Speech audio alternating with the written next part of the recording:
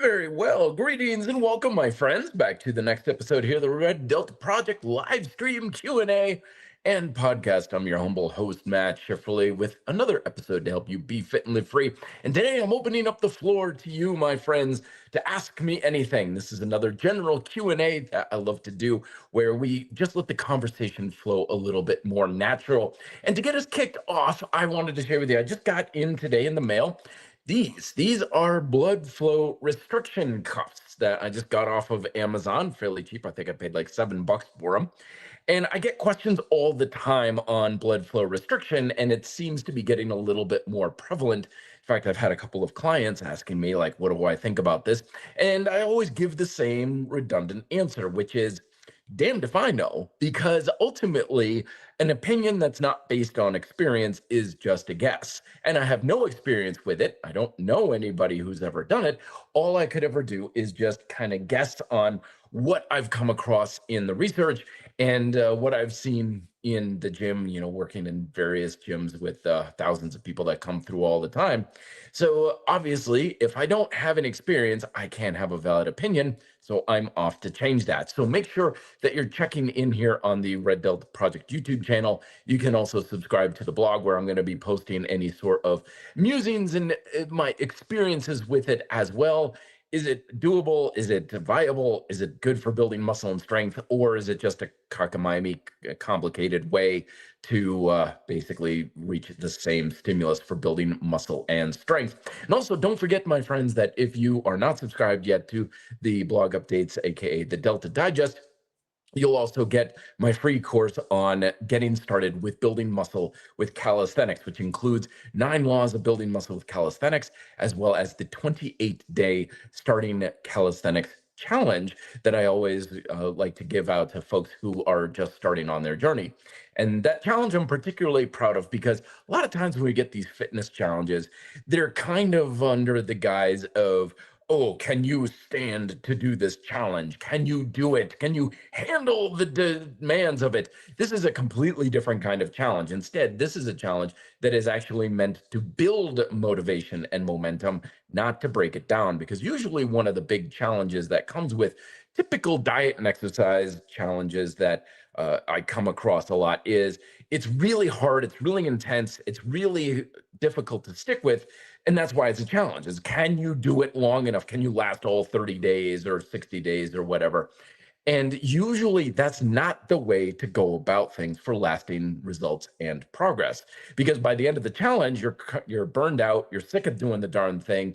You're basically like running a marathon trying to just cross the finish line. And once you do, you're like, okay, I'm done. I don't want anything to do with this again. And even if you do pick it up again, it's going to be after a lengthy break. And that's usually not the way we want to start any sort of new project when it comes to life and lifting, but it's certainly not going to help build motivation and momentum. So this challenge that I give out for free is different in that it builds up momentum, kind of like a plane taking off on a runway. So that way you reach altitude and now you can really cruise. And that is one of the bigger lessons that I have in an upcoming video that I'm posting in the next, I think I scheduled for 3 or 4 days from now, on why high intensity stuff like that can compromise your long-term results. More specifically, why eating in a caloric surplus can actually compromise your long-term muscle building objectives. And I've long been critical, not so much of building or using a caloric surplus, but the necessity of a caloric surplus. And in the last episode, I talked about why more research is proving, no, you don't need to be in a caloric surplus to build muscle. But in the video that's coming out, I talk about how that can actually impede you for the same reason I just mentioned, which is if you're going after something that is difficult to maintain, and then you need to spend time basically regressing, taking a break, or in the case of going in a surplus, you're gaining body fat. So then you need to spend a good amount of time cutting to lose the body fat in a caloric deficit. And the research has very clearly shown what you would might assume, which is that when you're in a caloric deficit, your ability to build muscle is slim to none. So even if there's cases where being in a slight deficit, or excuse me, a surplus, gives you a muscle building advantage, that advantage may largely be erased because you also need to cut. So it's the whole tortoise and hare thing versus being in relative caloric maintenance. If you rush forward over, like, let's say a number of months, and you can build a little bit more muscle, but then you have to stop building muscle for a while you're cutting. Meanwhile, being able to build muscle at a slightly slower rate of speed but continuously can lead to more long-term progress. And that's the point of the video. I go into why that happens and stuff more. Make sure you're here and subscribed and everything like that as well. But that's coming out. Very good way to kind of think about it. Again, it's not about saying don't be in a surplus. It's the muscle building downside that can potentially be there. So first question of the day coming on in. Joel Enon 4445 saying, Matt, is it counterproductive to work out to failure on one day, then work on hypertrophy the next workout? Well, I would say it's kind of the same thing there, Joel, because the biggest main driver, so far as I continue to understand, and the research has shown, is that the thing that stimulates that hypertrophy is going close to failure, pushing your muscles to the point where they're really, as I say, challenging your muscular work capacity. So I think in many cases, you're probably just doing the same thing here. I'm questioning, though, do follow up. What do you mean by working on hypertrophy? Because I would classify a hypertrophy workout whenever you're training with that emphasis on pushing close to failure. So what's the difference that you're referring to here, so I can more accurately answer your question? Because from my standpoint, they're one and the same. You're basically doing the same thing each time. What's the difference you're talking about? Please follow up. But in the meantime, we've got Suspendo Mofo saying, Matt, you talked last time about keeping the scapula activated. Yes, or the muscles that control your scapula activated. Kind of hard to activate a bone, but activated, I know what you mean, while doing pull-ups and not switching into a dead hang.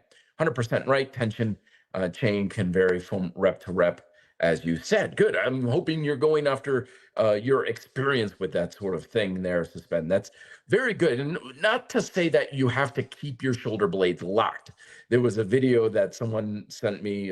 Sorry, I didn't see it, but they were like, I'm confused because in the video, someone was basically saying, like, don't, sorry, do allow your shoulder blades to move while doing pull-ups. And the idea of locking your shoulders down and back while doing pull-ups can lead to issues in things like your joints, particularly your shoulder joints, your glenohumeral joint, and your elbows and things like that. And that's true. You want some degree of some scapular movement. But no, that does not mean going into a dead hang. You can have movement, but keeping tension in the muscle. It's the loss of muscle tension that we want to avoid. But the movement can certainly be very beneficial because by and large, with most upper body exercises, not all, the exception comes to mind is like dips, for example. We want those shoulders pretty well packed. But moving your shoulder blades and allowing that scapular motion, even just a little bit, with a lot of especially compound movements, pull-ups, rows, push-ups, handstand push-ups even, or pike push-ups, can help force go through your body a little bit better, activate more muscle, just feel a lot better. Because a lot of times the stress that we feel in our joints is because something's not moving or allowing force to flow through the body. And that's the big takeaway, is that the body can handle a lot of force and stress as long as it's going through the body. We're absorbing it. We're creating better alignment so force can go through the body. We martial artists inherently know this because we can put a lot of force upon our body with good alignment and we're fine. But even a slight misalignment or a decent misalignment because you're trying to lock things in a lot of times means that it does not take a lot of force for things to go sideways and become much more detrimental on the joints. So glad you're experiencing that, Suspend. Do keep focusing on it. So Joel's following in saying, by hypertrophy, I'm thinking of more cardio-based workout. Aha, very good clarification here. A low rep heavy weight workout one day, move to a lighter weight rep range workout the next. Excellent, very good. I love this clarification because now we're actually talking about a very different kettle of fish. And believe it or not really talking a whole lot about building muscle, but rather adjustments and stuff. And this is something I'm a big fan of, is adjusting the repetitions, adjusting things like speed, tempo, programming here, like you're talking a little bit more strength based versus cardio and conditioning based and stuff. I like this kind of variety, especially for those who are into general fitness and they don't have too specific on their goals. They're like, yeah, I just want to be fit. I just want to look and feel good. I just want to burn some calories and I want to cover a lot of bases. And this sort of thing is great for that because you're creating a much broader stimulus that your body can adapt to, and you're getting a lot more things. Whenever you talk about getting more specialized, that's usually in the idea that you want to become as good as possible at some individual thing. Think of like being a really high level power lifter, bodybuilder, or even an athlete in a particular sport. You have to put more of your resources towards that thing, which means you're going to have to sacrifice your ability in other areas, which usually is not what most people want to do. So this is great. However, let's address the idea of cardio-based workouts for hypertrophy, which generally may not be the way to go. And it's not that you can't build muscle with like circuit training and stuff. Absolutely, you can. You just, again, need to challenge your muscular work capacity. And you can do that with 100 different workout programs and stuff. But the challenge is that when we engage in workouts that become things like metabolically demanding, like you're really going through things in a high intensity circuit and stuff, is that you have other limitations that you're working with.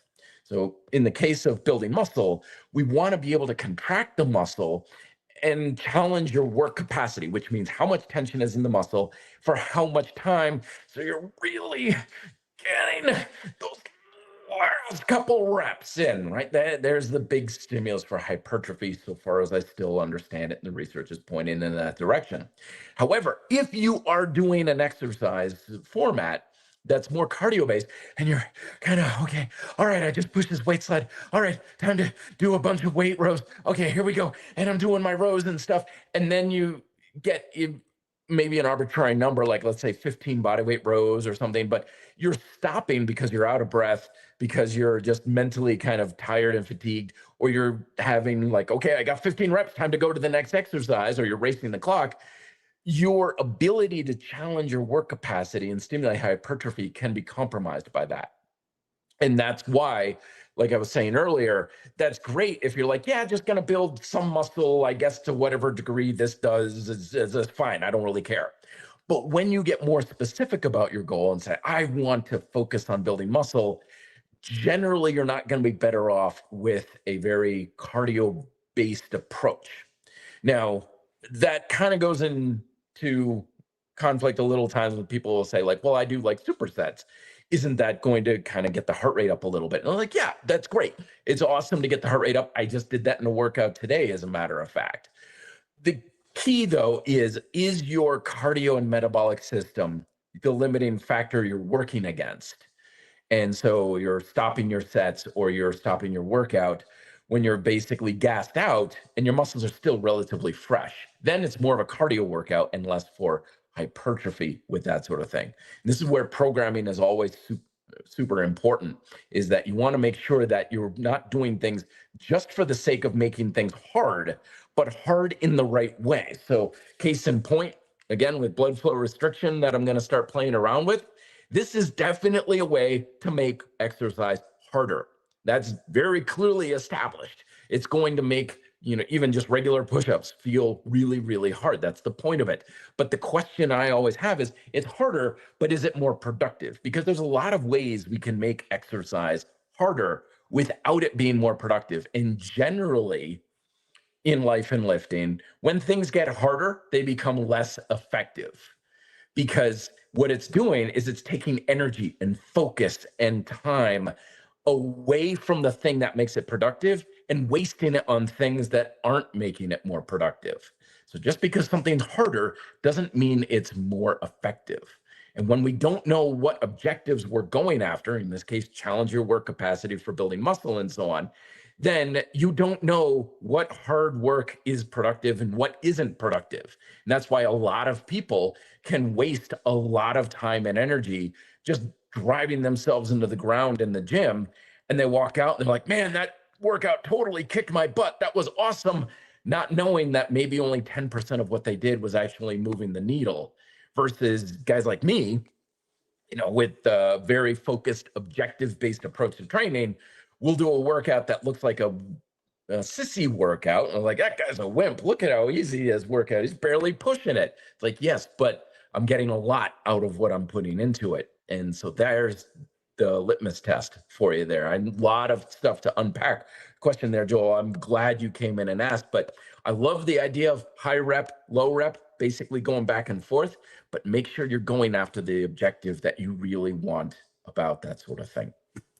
Robbie 18677 saying, what do you think about rotating exercise variations for calisthenics to prevent overuse issues? Yeah, it's a very, very good, like I was saying, about changing things up.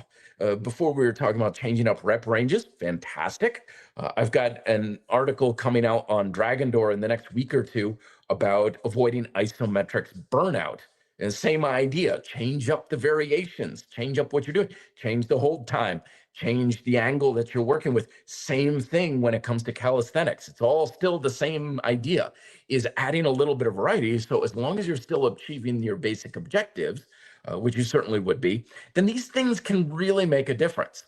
Now, one of the big mistakes that people make, though, is when they change things up, they change it up radically, where they'll go with like a push-up variation, like clapping push-ups, for example, and then they'll go to one-arm push-ups, and then they'll go with like weighted push-ups and stuff. These are big changes, and it can be a lot of fun to play with. But usually when it comes to preventing overuse issues that you're speaking about, we're talking about very slight differences. Bodybuilders used to know this in the golden age, where they'd be like, okay, instead of going at a 12-degree incline on my incline bench press, I'm going to go with a 20-degree incline on my incline bench press. Not a big difference, but it doesn't need to be. And when we get big changes in what we're doing, often that changes the fundamental stimulus that we're after. And that's why we can sometimes feel like we're getting a whack-a-mole hit and miss approach with our workouts. Like this worked and that didn't work and stuff. So make the changes slight and subtle. Like if you're doing pull-ups on rings, have one workout where you're doing a full rotation and the other workout, lock your hands in place kind of idea. Things like that. But yes, definitely good. And it's not even just overuse issues and stuff with the body. It's a lot of times about the mind and how we feel about the exercise. We can do very well eating the same foods day in and day out from a physiological health standpoint. But a lot of times, health coaches, fitness coaches will give differences in the meals, not to change what the body's doing, just to give you a break mentally. It's like, I am so sick of chicken and rice. Oh my gosh. And it's like, okay, so have some pulled pork sandwich or something like that, just to give you some variety for your mind's sake. And that's where a lot of that comes into play, is to give you something different for your mental and emotional well-being, which helps with motivation. Shimar Thomas, good to see you, Matt. Is it possible to build cross-country race stamina endurance for like a 5 or a 10K? If you do little to no running or don't like running, if so, what are your suggestions? 2 answers. Yes, it is possible, but it may not be ideal. So let me give you a story to illustrate this. I have a friend back in Vermont. One day he's like, Matt, let's sign up for this cross-country running race. Now, I'm not a runner. I run like an epileptic monkey. I'm a biker, right? For me, it's always been running is for people who forgot their bicycle at home kind of idea. So nevertheless, got it into my head. I was like, yeah, let's do this race. Okay, yeah, that sounds like fun kind of deal. So I'm towing the line with him, and as well as a couple of other friends. We're really serious cross-country runners. And I was like, so what do you think for a timeline for this here? Like 40 minutes? 45 minutes kind of thing. And I was just loosely thinking about what it was. And it was a 15K I had to run. And he's like, you do know this is nearly 10 miles, right? 15K. Like, and I looked at him like, what? 10 miles? And he's like, yeah, 15K, 3K is, or 5K is 3.5. Do the math, dude. It's just under 10 miles. I'm like, oh, crap. Like, dude, I don't run. I suck at running. I can't. Oh boy. And like 10 seconds later, they're like, and go, and I'm like, okay, whatever. I guess I'm just going to suffer through this. I beat my friend and I beat all of my other friends who were cross country racers as well. And at the end, we were drinking beer by the finish line and they were like, what's your time? What's your time? And I beat all of them. And they're like, I hate guys like you. You don't even run and you kick our butt and stuff. So that's an anecdotal evidence of, is it possible? Yes, absolutely. But I was also an endurance athlete to begin with as a bike racer. I was an avid hiker as well. Me and my friends, we would go and hike up Mount Mansfield 2 or 3 times in an afternoon and stuff. So I had that baseline going for me.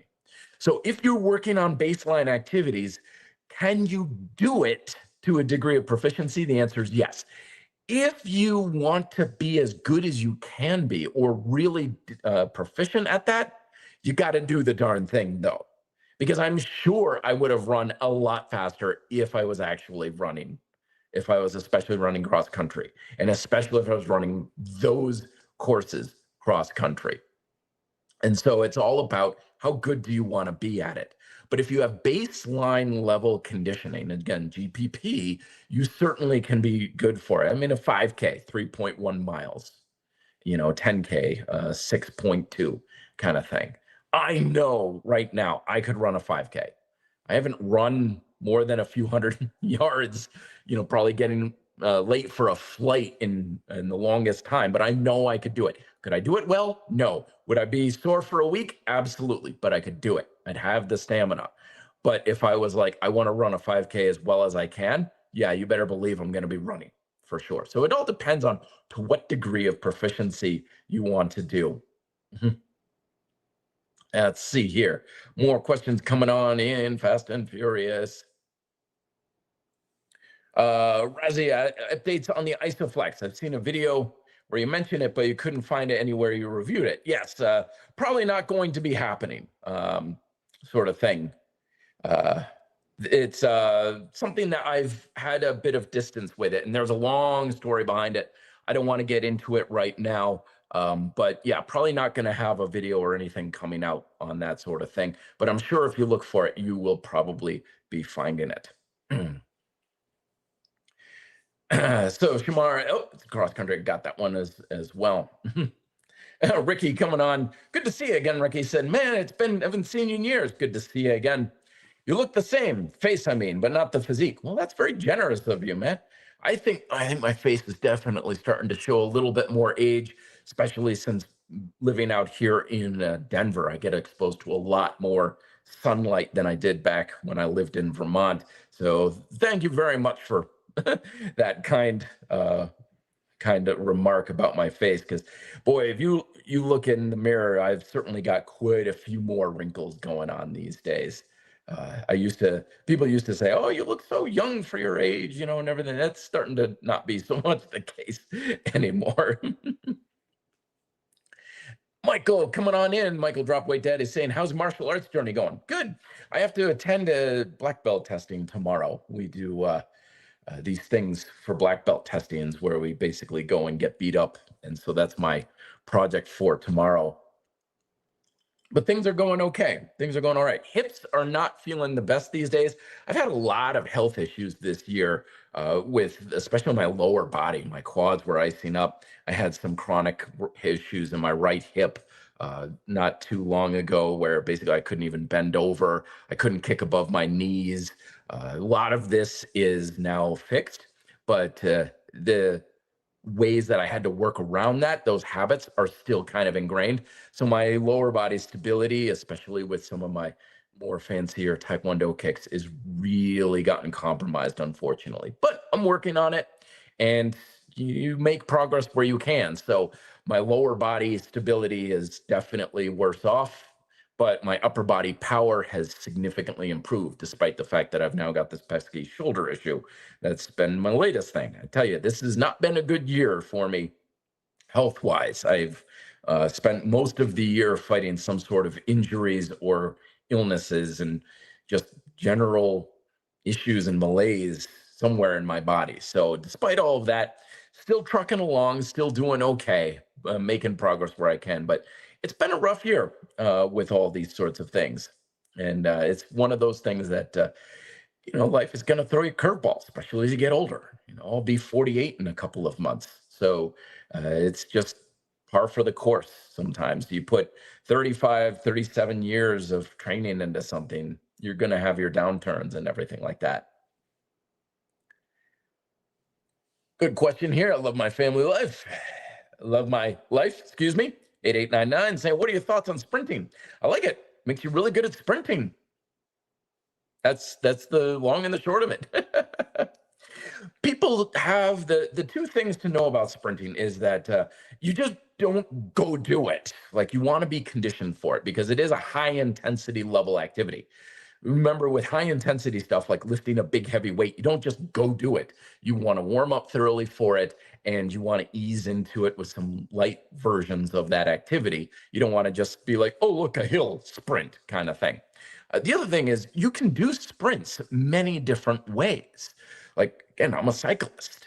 So I sprint inherently as a mountain biker. Mountain biking is all about sprinting because you're inevitably encountering different terrain on the trail. So you're like, oh, here's a sharp little hill or a switchback and I got to get around it. Okay, you bang, you put the power down and it's really hard and intense for 15, 20 seconds. Oh, look at this section. There's a trail out here that I like to ride over on Green Mountain. And at the very top, there's something called the Rooney Trail. And there's this one section which takes about 20 seconds to go up, but it's all steep and this loose baby head like rock and gravel and everything. And it's one of those sections where it's like, I maybe can successfully get up it about 3 out of 5 times because it takes everything I've got 100% for that short duration of the trail. So I think it's very good to do, but don't think it's just about running. It certainly can be done sprinting on a rowing machine, sprinting as fast as you possibly get, basically doing any type of cyclical kind of cardio activity and just going ham on it for 15 seconds or so. That's what sprinting ultimately is. So it doesn't need to be running, but if you have an inclination for it, yeah, sure, go for it. Good to challenge your capacity for your metabolic state as well.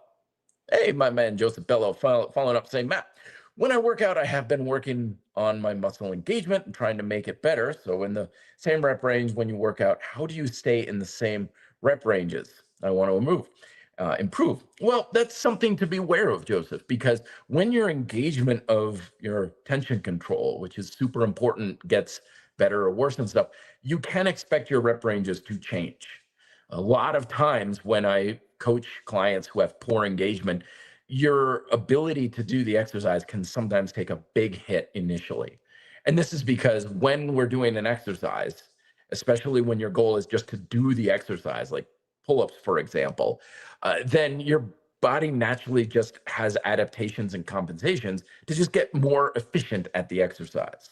So you can do many, many, many more reps. But when I talk to people like, okay, make sure you keep your biceps engaged throughout, make sure you're squeezing with your back, make sure you're getting a full range of motion in your shoulders, full range of lats and everything. Suddenly they go from like doing 17 or 18 pull-ups to 6.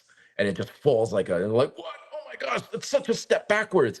It's like, well, is your goal to do more pull-ups or is your goal to get more of a stimulus from your pull-ups? And if your goals are general, like I want to be stronger, I want to build muscle and stuff, then the objective is the latter. If you were like, I want to be able to do pull-ups to pass a PT test, then yeah, I'd say do it as weak and as easy as possible because the goal is not to get stronger and build muscle and all that. It's just to pass a test. So do it as easy as possible. I had a guy who was applying for police work. I think it was last year. And I trained him completely different from anybody else because I was like, dude, we just got to pass the test. I want you to make the push-ups as easy as humanly possible.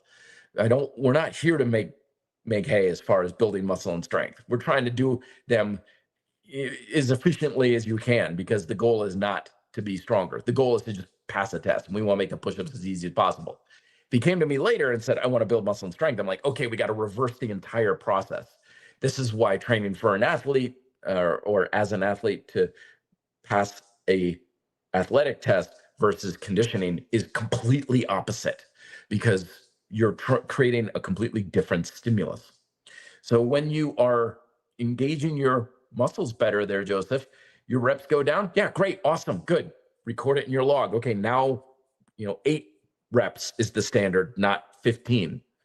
Because what that means is you're achieving your objective better. And that's what determines your success, not how many reps you do. And if your reps fall because you're using a bigger range of motion or something, that's great. But it's no different than if you were like lifting a weight in the gym and I was coaching you and you were like, oh, look, I can do 15 reps on this now. I'm like, oh, great, 15. Okay, let's progress you. Here's a heavier weight. And you're like, but now I can only do 8 or 9 reps. It's like, yeah, that's the point. That's the whole point of adding the weight, is to drop your reps down to challenge your strength to a higher degree.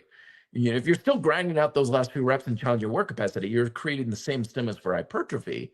But it's like, good, you're getting stronger. Yeah, let's level you up. So if your reps go down, congratulations, you've leveled up there, Joseph. Don't get attached to the number.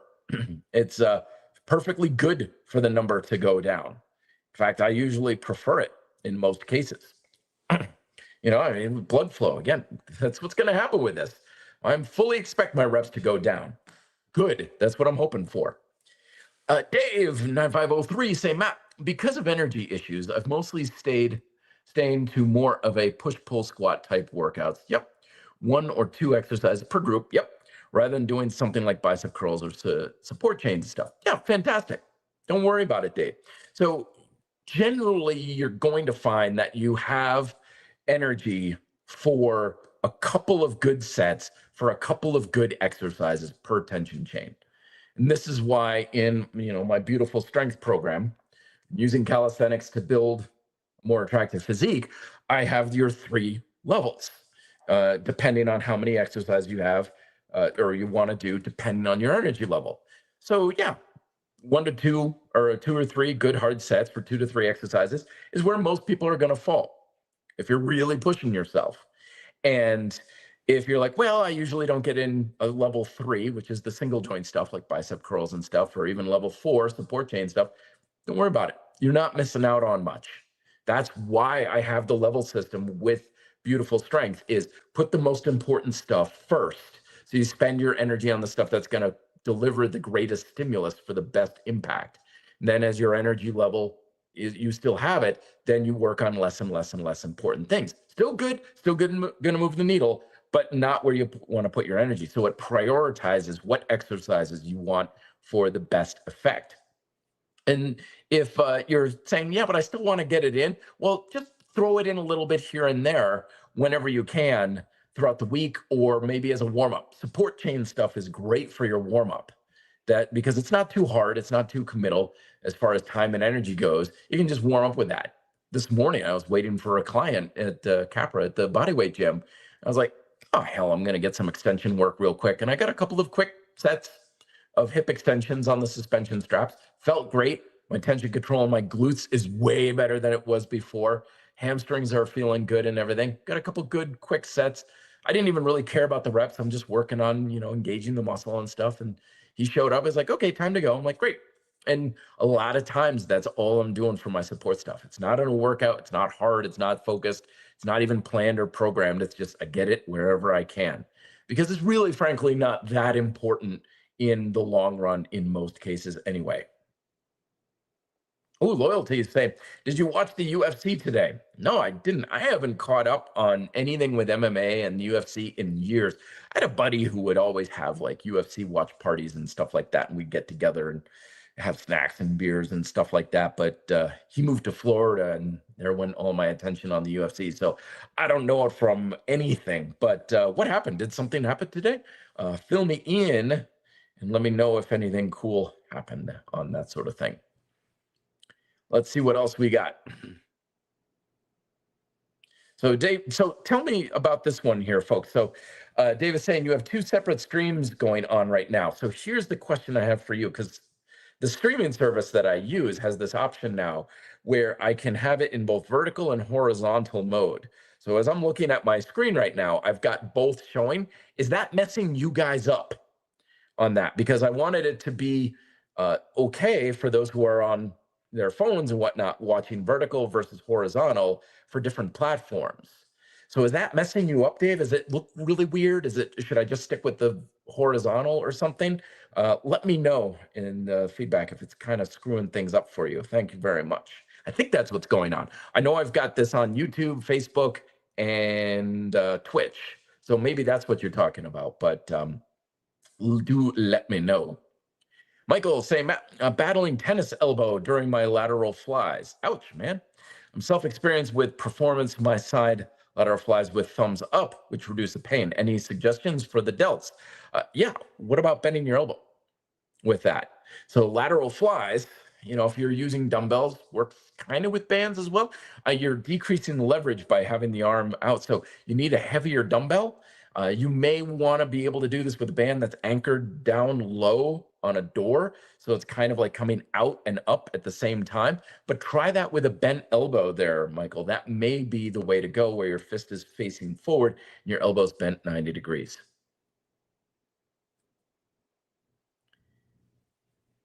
So Dave is following up saying, yeah, stream one horizontal, one vertical at the same time with different comments. Different comment. Interesting. Well, that's very strange, because I get one stream here on my comments. Let's see if this is. Oh, that doesn't do anything. Interesting. Maybe it's showing me comments on different platforms. I'll have to look into that. It's every time I use a streaming platform, they've got tons of updates and they're changing things around on me. And oh, we've made this thing here, and it wouldn't surprise me that they changed something around, and now I need to go back and fiddle with settings and everything to make it work again. So I will figure it out, I promise, folks. But that is kind of interesting for the time being. But moving into a little bit more elaboration on the idea that I started off earlier, again, to those just joining in, I got these blood flow restriction cuffs here in the mail because I get lots of questions on these sorts of things. And while I try to answer the questions here on the channel to the best of my ability, always remember that the ideas and the opinions that you come across online are not nearly as important as those of your own. Because ultimately, your habits are going to depend on how you feel about something, what your opinion is on something. You can ask all the experts in the world, and everyone is like, what do you think about this? What do you think about that? And everything. But your feedback that you get from experience, from trying things out, is the most honest and most applicable information you're ever going to find about that thing. So we were talking about sprinting earlier, and they were like, well, what do you think about sprinting, kind of thing? It's like, well, it depends on the context. It depends on your proficiency. It depends on a lot of things. So I could be like, yeah, sprinting, great, awesome, wonderful. But for whatever reason, if you try sprinting and you're like, man, this is just completely draining me and exhausting me, even if only I'll do it a few times, take that into account on its validity for helping you achieve your goals. Because ultimately, it's your thoughts, experience, and opinion that is going to trump everything else out there as far as the importance of it. And in our fitness culture, we like to place the experts or the influencers now on a pedestal above ourselves. Like, what do the influencers say and stuff? And honestly, it's really not that important. My thoughts and opinions on things are really not nearly as important as yours. And your opinion is ultimately going to determine your motivation and your direction and your habits and your decisions. So use things like this for ideas, for guidance to help you get over challenges and obstacles, but don't put the internet in charge of your health and fitness. Don't put social media in charge of your diet and exercise habits, because ultimately that's not going to help you determine what is actually best for you. You're going to do that. You're in the best shape to be able to do that. And when you listen to your feedback and trust yourself, there's a lot of information out there is not about trusting yourself. It's like, oh, don't trust yourself, trust the data and everything. When you trust yourself to make the best decisions for you and to adapt to your circumstances, that's when you get the best results. And that's how you be fit and live free. All right. Ola saying, question regarding progressive overload. Yes. Is pushing last set to failure, previous sets like 3 left in the tank, a good approach? Very good. So when we're talking, this is a very sound thing to do. You save a little in the tank, save a little bit in the tank kind of thing. And then on the last one or two sets, you hammer the hell out of it right on home. Lots of advantages to this. I use that particularly in my grind style calisthenics program, where you have your 4 phases to work on different objectives in your workouts. And during your strength and your proficiency phase, so to speak, where you're working on strength, you save reps in the tank. Don't go near to close to failure, because you want to save energy. You want to work on proficiency of what you're working on. That goes for skills, that works for practice, that works for strength, which is a skill, that works for whatever you're trying to do where you need energy for it. So you can repeatedly do it. You know, you're like, I want set after set after set that I can do fairly well at. Because when you push close to failure, you're using up a lot of your end point energy, your reserves, if you will. So you're like, drive it into the ground. And the next one, you're not going to have nearly as much energy left over. The next one, you're going to have even less and less and less. So your ability to practice is going to be less. So that's what this approach does, is it's proficiency, proficiency, proficiency. And then at the last one, now you hammer it home and use up the energy. It's a very good strategy. Again, my book, Grind Style Calisthenics, is a good approach for putting that into a practical application with a built-in warm-up. Here's the downside to it, though, is if your goal is challenging that work capacity to build muscle in particular, then it's going to just take you longer to get there. So like in my workout today, I just grabbed onto the pull-up bar and I was just like, all I got, 1 set. Good. All I got, 2 sets. And then I did a supplemental back exercise, just hanging on the bar and packing my shoulders a little bit. And that was it. That was all I did. Because when you pace yourself and you're trying to use up your work capacity, it's just going to take you longer to use up your work capacity. I addressed this in a short video here on the YouTube Shorts, where I said, you can stimulate hypertrophy any number of ways. But do know that if you're using lighter weight, if you're pacing yourself in your sets, or you're not really pushing it, it's just going to take more work. You have to do more reps. You have to do more exercises. You have to do more sets. There's advantages to that. It can be great. But just know that you're trying to reach a destination and you're just going slower to reach it. Versus if you race for it, excuse me, as fast as you can, you just have it happen quicker. So program according to your preferences and according to what you want to do. If you came to me and you're like, I want to work on these calisthenic skills, I'd say, yeah, stay way away from failure. Save plenty of reps in the tank every time, because you want to be able to practice repeatedly. Don't go to failure. But if you're like, I just care about building muscle, and by the way, I've only got 15 minutes until my lunch break is over, it's like, all right, let's hammer it. Let's not pace ourselves with that sort of thing. Programming is always about adjusting to how do you reach your goal as effectively as possible. And sometimes you're going to reach it better by pacing yourself, and sometimes you're going to reach it by not pacing yourself. And it's not right or wrong either way. It's just what is best for you. But to put a pin in it, yes, I like that approach very much. Save some in the tank, save some in the tank, then blast it at the end. If you're working on proficiency, especially, helps with a little bit of a warm-up as well. Michael following up saying, yes, so true. 13-year journey has taught me to find what works for you. Absolutely, because ultimately what works for you is what works. It doesn't matter if, we were talking about running versus cycling earlier. Like, people tell me all the time, they're like, Matt, you got to run. You can't be strong if you don't run. You're not going to have endurance if you don't run. You can't call yourself a real man if you don't run. Whatever BS is out there on the internet kind of thing. Fact is, I hate running. I'm not going to run very much. I'm not going to run very far. I will run for 5 minutes on a treadmill if I'm lucky and then stop. But I will ride my mountain bike for hours on end. So what's best for me? Biking by a mile. And that's ultimately what's most important, is what's best for you. So following up on what we were talking about earlier, Love My Life is finally saying, how important is warming up? It depends. Like every answer, I should just have that as a sign that I just hold up for everything. It just says, it depends. So when you're warming up, you're preparing your mind, body, and your nervous system as a whole for what you're doing. And certain types of activity require more preparation than others. Think of it broadly like this: the more intensity an activity requires, the more important warming up is. And by warming up, I mean easing into the activity so that way you're more able to accommodate the demand of it. So in my bike racing days, I would do a warm up lap of the course because it's a 5K course. So we did 4 laps, 20K mountain bike race. Now, mountain bike racing is still the most intense thing I've ever done. It is 100% all out, spare nothing effort, cross the finish line and collapse into a puddle of blood, sweat, and tears kind of intensity.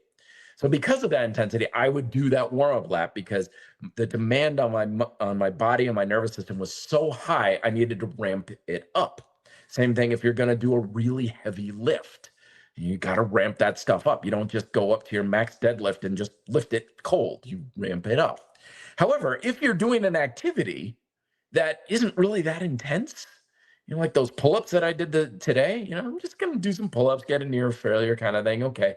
Feels good on, the sun was on my skin. Oh, good. Look, a pull-up bar. I didn't warm up for that. I just kind of did my arm circles and kind of rolled my shoulders. I'm like, okay, good. I'm done. Not really that hard, not really that intense. So I just went and did it. Didn't really need a 45-minute preparatory activity. So the more you need your body and your nervous system and your mind to ramp up to reach the level you have, the more you need a warm up. And the warm should be applicable to what you're going to do. If I sat on the ground and did a bunch of stretching and foam rolling and mobility drills and stuff, and then got on the mountain bike, I would go, 500 meters on the mountain bike, and my body would be like, dude, what the hell? You're not ready for this. Like, well, I just did all this stretching and foam rolling and all that. It's like, yeah, which has nothing to do with mountain biking. You're not at all prepared for this. You didn't warm up for jack squat. And that's the mistake a lot of people make, is they warm up in ways that are not in alignment for what they're going to do, or they do so many things with so much intensity and spend so much time on it, they're just doing another workout. I've seen that happen a lot when people are like, oh, it takes me so long to warm up. I'm like, what are you talking about? It should take you just a few minutes. And it's like, oh yeah, I spend like 40 minutes warming up for my workout. I'm like, you're definitely wasting a lot of time somewhere, or you're just doing another workout. And in that regard, yes, it's important if you're going into something pretty hard and intense. If you're doing something with a modest intensity, yeah, just loosen up a little bit, maybe do a light set of what you're doing, then just hit it, kind of thing. And that's where you go after it. And your body will let you know too. If you do a set and you really push it, you do another set and it's like, oh, that was a lot better. And then you maybe do a third set and you're like, it's getting better and better. Well, that's your warm up. Your body is ramping up according to the demand of that activity.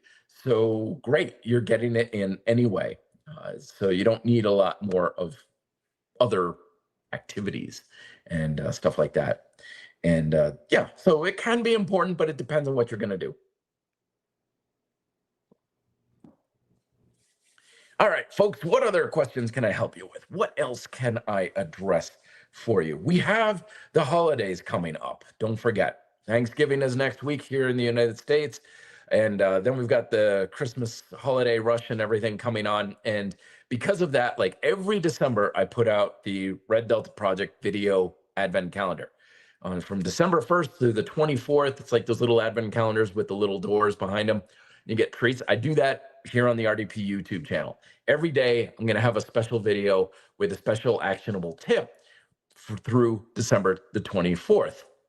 So make sure you're subscribed and all that sort of thing here on the channel so you don't miss any. But this year, the theme is how to make fitness a hell of a lot easier and a lot more effective. And it's certainly applicable for the holiday season because around the holidays, resources get shorter. Time gets shorter, energy is shorter. I'll have clients be like, oh, I'm just going to take a break during the holiday season, which I don't recommend doing. But they're just like, I'm just going to be so busy. I'm just going to have so much on my plate. I'm not going to be able to do things like crazy, like I usually do. And so then they fall off. That's where you gain a lot of that extra holiday weight gain. And then a lot of people don't even come back in January And that's how you completely fall off. So the whole point of this year's advent calendar is how do you spend less time, energy, and money and get much better results? And every video is a tip on how to help you do that, because this is the time of year we need to know these sorts of things. And they're all going to be the short form videos too. They're not going to be the long form horizontal videos that'll take more time. They're all going to be the short form videos. So if you go on the RDP YouTube channel and click on just the shorts tab for all of it, you'll get all the videos and you'll be able to watch all of them in like 10 minutes and get caught up, sort of thing. So that's going to make it a lot easier for me, and it's going to make it a lot easier for you. And these are very simple things. We're going to be addressing lifestyle. We're going to address diet. We're going to address ways to make some of the most common exercises like push-ups and pull-ups a lot easier and a lot more effective. So that's coming down the pipe, and I'm very excited to bring it to you.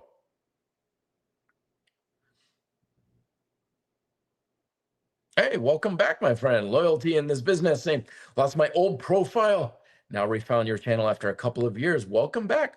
Looking for elbow pain solutions. Yes, last time I checked, you had given up on aesthetics. What's the status on that? Oh, very, very different. And you sure it was aesthetics? It might have been a little bit something else.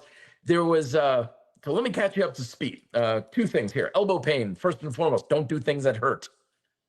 That's the most important thing. Second of all is make sure that you're giving yourself plenty of support in your back. A lot of times elbow issues are from a lack of support in our back, keeping the lats on, retracting the shoulder blades during exercises like bicep curls and pull-ups and stuff. Depends on the pain, depends on a lot of different variables, but make sure that you're setting the tension in your back for support, and that will often create better alignment in your elbow for when you're doing either curls or pull-ups and other associated activities. And no, I haven't given up on aesthetics. I was always just saying that there is no direct stimulus for aesthetics when it comes to fitness. As I address in particularly my earlier works like Fitness Independence, I talk about how our fitness culture has largely hijacked our desire to look good naked in an effort to sell us worthless diet and exercise programs and supplements, saying if you do this program or if you eat these products, supplements and everything, you're going to look a certain way. And that's just simply not how fitness works. Nothing in fitness is about making you look better naked. There is no direct stimulus that will change how your body looks. So anytime we're like, what exercise changes and shapes and sculpts and molds and makes me look a certain way, the answer is no, that's not how fitness works. Nothing in fitness is about doing that. And I still stand by that. That is absolutely true. However, my latest work, Beautiful Strength, is about literally how to use fitness to look better naked. And it's not because there's a direct way to improve your physique, because there isn't, but there are things that you can do that put you in a better position to do that. More importantly, I cover calorie hacking in here for losing body fat that works with your body rather than against it.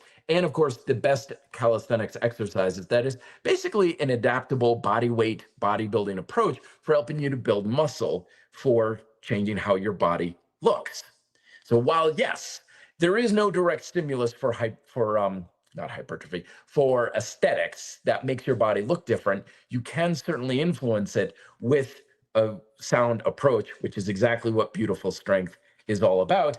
And basically, as I've gotten a little more clear, especially this year, the big power that comes from building an attractiveness from fitness is knowing what you want. And that's what I want from my fitness. I want to look and feel good, full out. Function and performance and stuff is a far distant objective of mine. Doesn't mean it's not important. If it's the most important thing to you, that's great, but I'm not going to be your coach for that sort of thing in most cases. But aesthetics are certainly very important. I talk about in the intro to Beautiful Strength and why training for aesthetics can be actually one of the most important things we do as modern day humans. It's not shallow, it's not vain, and it's not narcissistic. In many ways, it's the most practical application of fitness we have available to us. And I go into that a lot more. Again, everything I have in my books is already here on the YouTube channel completely for free. You just got to kind of dig through it a little bit. So if you look through the videos and the podcasts and stuff and search Beautiful Strength, you'll find all that information as well. You just got to hunt for it, or you can just, go to reddeltaproject.com and just buy the book. It's like $10 on PDF, or it's also on Amazon and stuff. Shameless plug and stuff. But yeah, aesthetics are certainly something that I want to try and cultivate with training. It's not something I've given up on. It's just I didn't really have a good way of going about doing it at the time. But now I do. And so now I fully embrace going after that sort of thing. All right. Getting back into the questions. Joel saying, for martial artists, yes, would you strength train the athletes differently for the different types of martial arts? For example, a TK student versus BJJ student, and so on. And the short answer to that is no. I do. Gosh, I'm pulling these things out left and right. My book, Bodyweight Training for Martial Arts, right? It just happens to align with these sorts of things. I did cover why I would use different techniques for martial arts training, particularly for striking, because that's what I do. I'm a Taekwondoist. I'm a striker. I'm not much of a wrestler, BJJ, or anything like that. But no, I wouldn't really do it all that different, because generally, as far as just as athletics go, you're going to cover most of your bases with general physical strength and conditioning. Push, pull, squat, doing something with some explosive power to some degree, that'll get you right there. You don't necessarily need, and I know this is how our fitness culture works a lot, because most of our beliefs of how fitness works are not based on science, they're based on marketing. And the ideas that we more aptly believe are the ones that just sell better. And so that's why you hear all this stuff of, well, you would need different programs and different supplements and different equipment and different this. If you're a man versus a woman versus young versus old versus BJJ versus Taekwondo versus, no, you don't. You don't need different stuff. I do cover in the book why you want to use isometrics versus power and stuff. And when it comes to BJJ, I would definitely lean a little more on the isometrics, because a lot of stuff you do in the holds of BJJ is isometric in nature. Just from what I've observed, you just grab someone, you're just trying to hold them, you're just trying to keep it on, and you want to be able to create muscle tension for a sustained amount of time versus repetition. Even though it's very dynamic when you're rolling, you do need strong isometrics.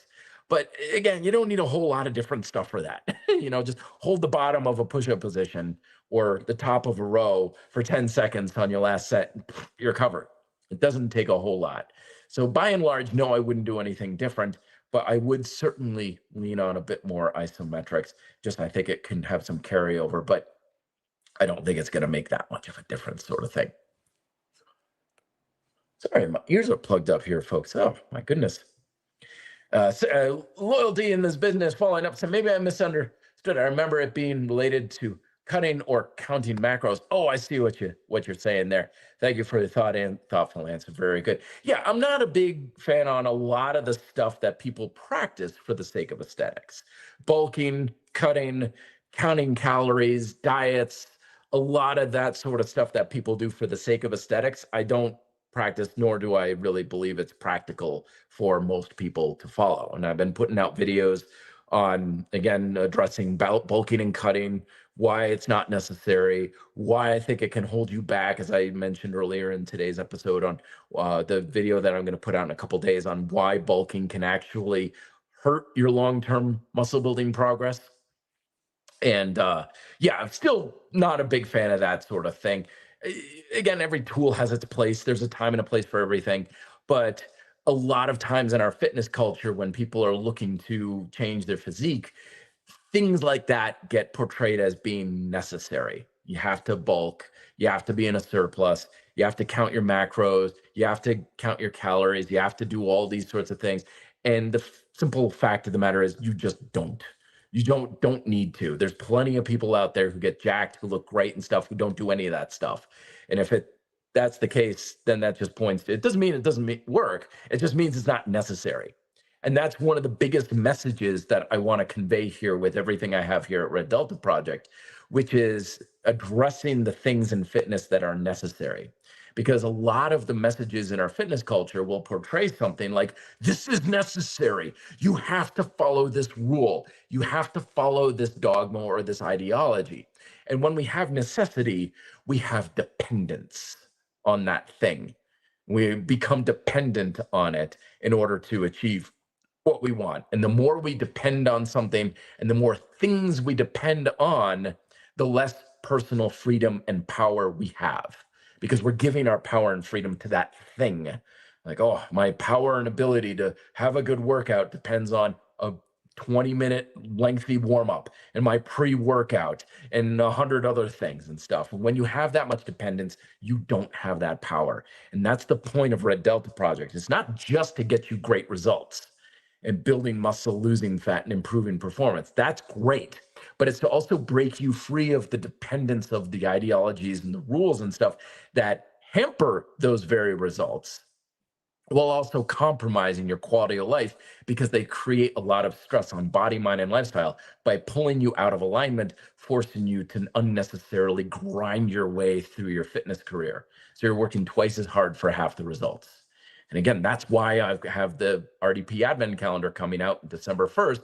How do we address things that aren't necessary, that our fitness culture will tell you is, to make it a lot easier? And that's going to make it a lot better for your results and your quality of life. It's going to be a lot more fun too.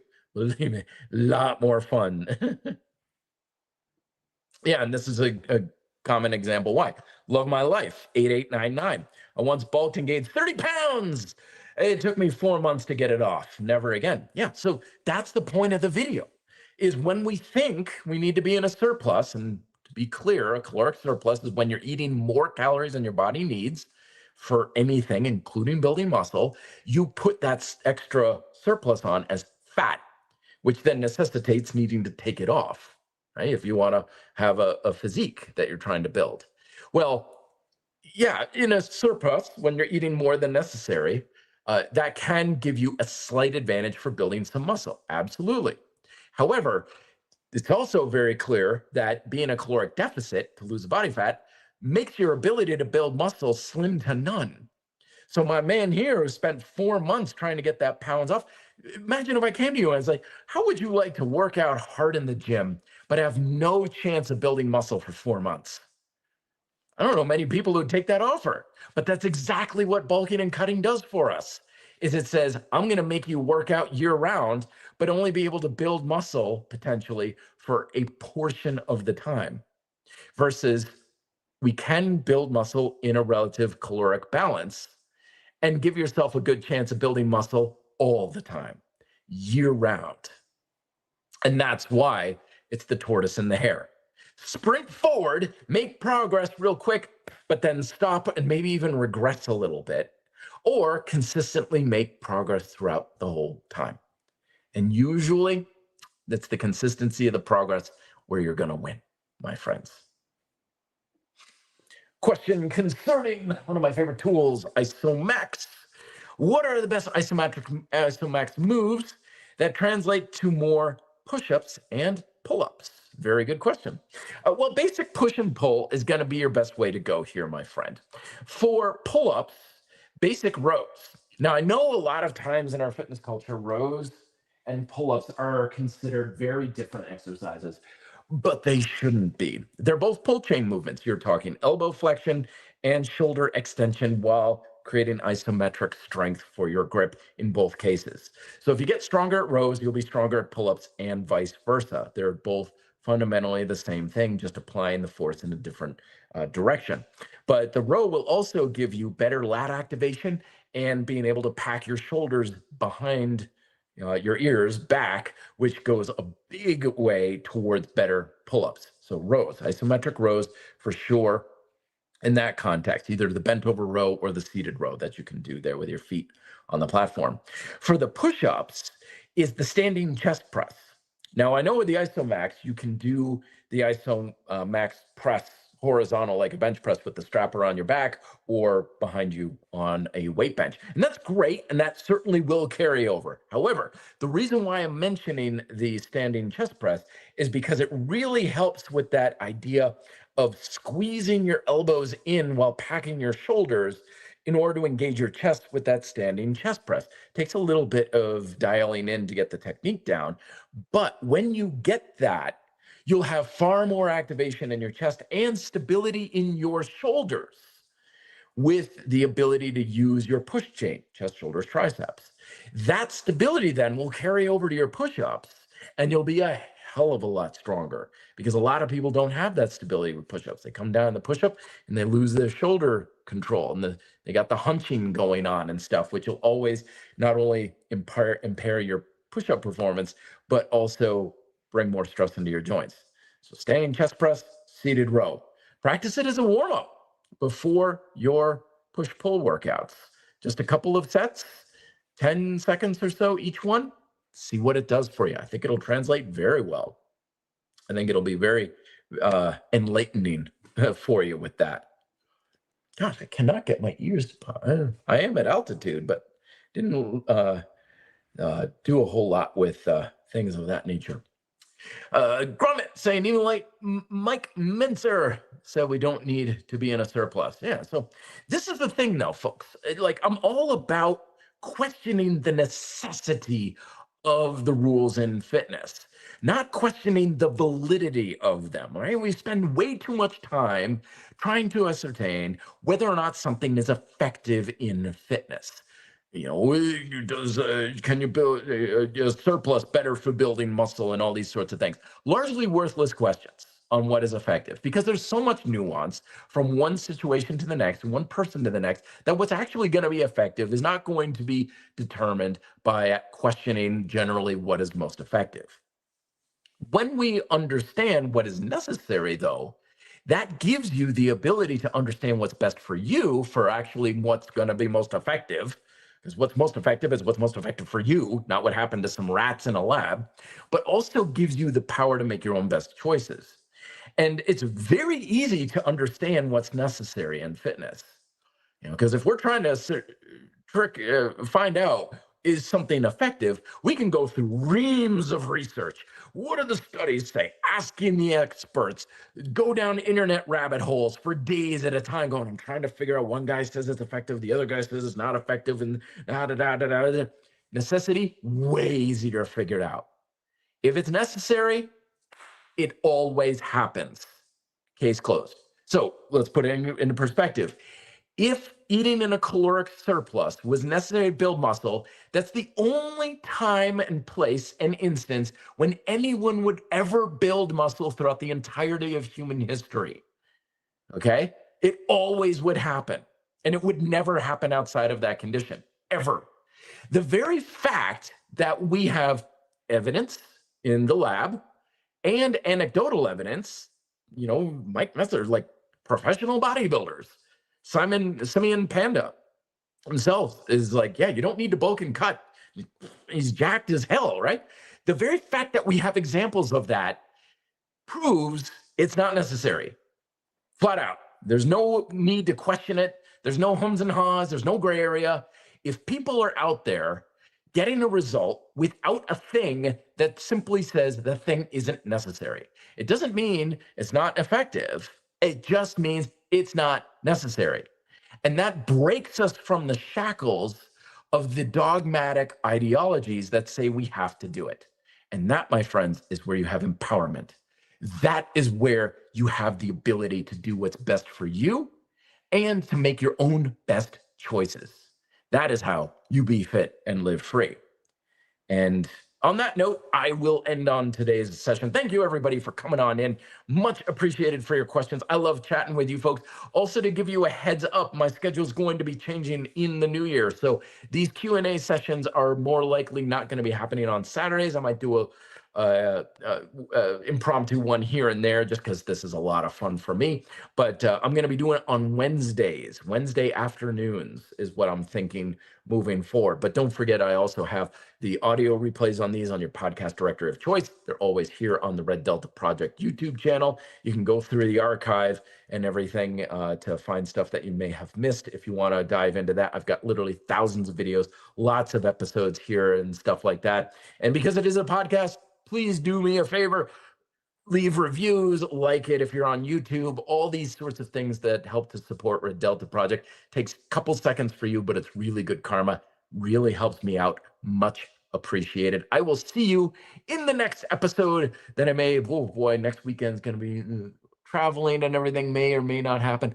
I will leave you notice on the Instagram channel if it does happen or not. But until then, happy Thanksgiving to my friends here in the United States, and best of luck with your workouts. Be fit and live free.